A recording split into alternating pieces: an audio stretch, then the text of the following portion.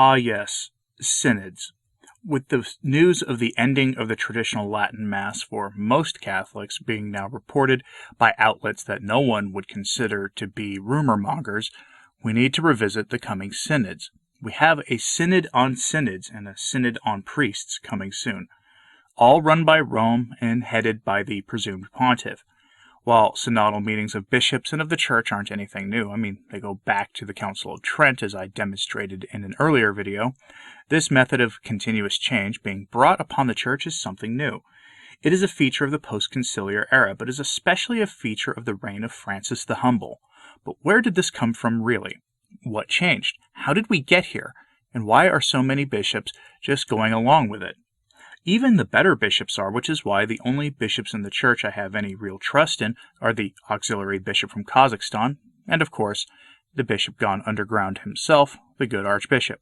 Now for those not aware, I've noticed if I say either of their names, here some strange things begin to happen associated with our benevolent and totally fair hosts, so I have to be vague. But let's examine where this comes from, because here's the thing, this can all be traced back to the work of a single group of cardinals led by the man who should have been Francis, the man who should have been the great agent of continuous change in the church, but wasn't, because he didn't get a chance to become pope before it was too late for him. Because last week we was so busy I never got the chance to talk about this story that was published by the National Catholic Register, I'm doing it now. It details how the dream of bringing the church in line with the values and moves of the world are not the dream of Francis, meaning that they weren't something that he came up with. No, the dream of aligning the church with a particular vision of the secular life and imposing that upon the church and claiming that it was the will of God comes from the man who would have been Francis if things had played out differently in the 1990s, Cardinal Carlo Maria Martini, another noted Jesuit. If you're not familiar with the late Cardinal Martini and why he is such an important figure in the history of the church, pay attention. This article from the Register comes from the 21st of May, which seems like an eternity ago now, given the news regarding Father Altman, the suppression of the Latin Mass, and other big stories. But let's take a long look at this article. According to its author, today's announcement of a 2-year process for the upcoming Synod on Synodality appears to reflect the ideas of Jesuit Cardinal Carlo Maria Martini, who viewed synodality as a vehicle for questioning church teaching. That's the quick summary of the piece provided by the Register. And questioning church teaching on what? Well, on whatever was the de jure issue of the day. At the core of his thinking was an idea rejected by the Syllabus of Errors but embraced by the Council called collegiality, which is the concept that the bishops as a body are on equal footing with the Pope in terms of authority in the Church. That's a modernist error, a particularly pernicious one that is on full display in Germany as we speak. So from the Register. The Vatican's announcement today that Pope Francis has changed his plans for the next Synod of Bishops and made it into a multi-phase process over 2 years comes closer to fulfilling a dream of the late innovative Jesuit Cardinal Carlo Maria Martini. The former Cardinal Archbishop of Milan, a favorite of those pushing for heterodox reforms in the Church, had envisioned a permanent synodal church in which the idea of collegial governments introduced at the Second Vatican Council could be better realized. The Jesuit biblical scholar who died in 2012 had a dream in 1999 of a church capable of being in a permanent synodal state, with a collegial and authoritative exchange among all the bishops on some key issues. And what are those key issues? Opening ordination to whatever the world wants us to, rejecting the sound teaching of Humanae Vitae, embracing Pastor Jimmy Martin of the Jesuit Church's bridge-building campaign, giving the Eucharist to those who have abandoned the nuptial sacrament and turning the Catholic Church into something resembling a cross between the Church of England and Eastern Orthodoxy. And if all that sounds familiar, well, it should. We're seeing it unfold before our eyes.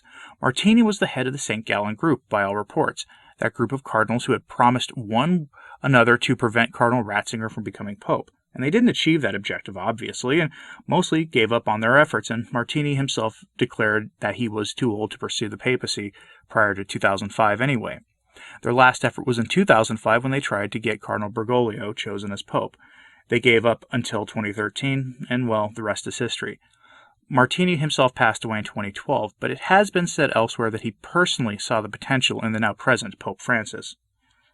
But let's continue because this part of the story is critical. Again, going back to the Register.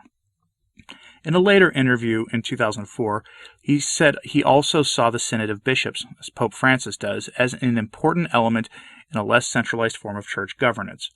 Rather than argue for a Third Vatican Council, he believed his vision of a permanent synodal church would not only be more in line with the Second Vatican Council's call for collegial governance, but an effective vehicle for introducing the key issues he mentioned. Echoing a similar kind of synodal permanence, Pope Francis's upcoming synod will be entirely devoted to synodality for 2 years. The official theme is for a synodal church, communion, participation, and mission. It follows almost annual Vatican synodal assemblies during Francis's pontificate. Originally scheduled for October next year, the upcoming meeting will now consist of a diocesan phase running from this October until April 22nd, a continental phase from September 22nd to March 23rd, and a conclusive phase for the Universal Church in October 2023. It will have 2 working documents, Instrumentum Laboris, instead of the usual one. Now, I won't bore you with more from that article. It goes on to detail what this synod is about, and I've covered that extensively already, but this has been the roadmap to remake the church into the images of the neo-modernists from the beginning, and it's why we've been subject to synods of the church every 2 years since Francis's ascension. He is fulfilling the dreams and vision of his mentor. It's as simple as that. And this is why I have said before on numerous occasions that what we are seeing is a Vatican III by proxy, not just in the forthcoming synod, but in the synods that resulted in Amoris Laetitia and the Amazon document, as well as others. This coming synod should be a doozy, and many, many Catholics will just accept what they see uncritically. And this reminds me of something Father Ripperger said at his conference talk on modernist errors. He said, one of the principal ways to combat in spiritual warfare is you have to know your faith. It's not good enough just to say a few prayers here and there. You have to continually learn about your faith so you don't get sucked into this indirect takedown, because if you don't, it's so pernicious. Modernism, which is now the heresy in the church, is so pernicious.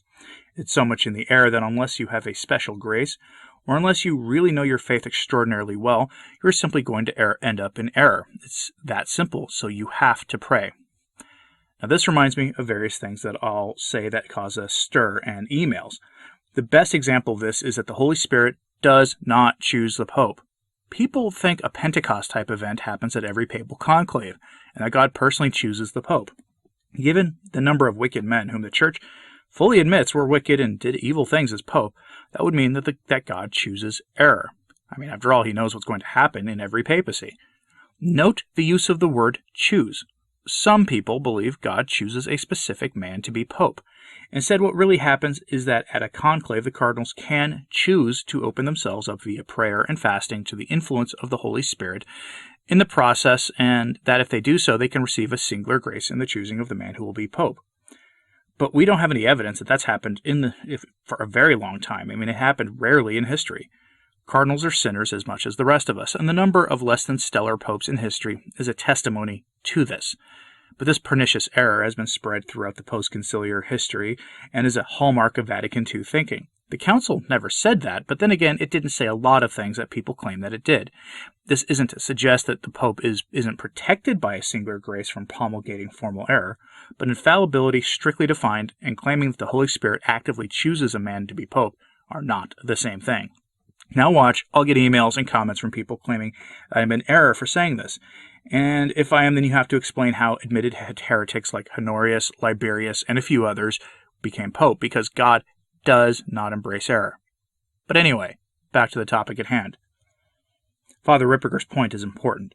It is exactly why I present the writings of the great minds of the Church, including the great pontiffs, on the weekends. Yeah, those documents are a little drier, but man, are they important. And you have to know your faith if you want to navigate these turbulent waters that the bark of Peter finds itself in.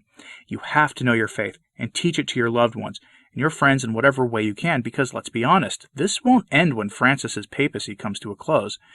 He's put in the work to all but guarantee that a successor is from the same mold. And I say all but guaranteed because conclaves rarely have the outcome that most people expect, though the last 2 turned out exactly as those who had watched the last few closely predicted they would. Bergoglio nearly was chosen by his peers in 2005, but that honor went after several attempts to Ratzinger, the favorite. And we know how 2013 turned out. In fact, that conclave was decided very quickly. Francis has chosen 60% of the cardinals who will participate in that coming process, and every year that percentage ticks up a little with retirements and replacements as they come. If you want to know what to do, pray earnestly for the better bishops and for the interior conversion of some of the more middling ones, because at best it is one of them that may become pope someday. We'll all see. But there you have it. Cardinal Carlo Maria Martini was the architect of the actions of the Francis papacy. And the man we call Francis today was a devotee of his vision going back well into his time as a priest in Argentina. None of this is new, and much of their work was detailed in Malachi Martin's 2 novels, Vatican and Windswept House. I recommend you read them because they both illustrate together how things changed so dramatically in the Church, and what this work looked like going back to the 1980s. But I'd like to know what you think about this in the comments below. Is Francis going to surprise us with something less than what we're expecting, or is it going to be what Cardinal Martini wanted, a permanent synodal church?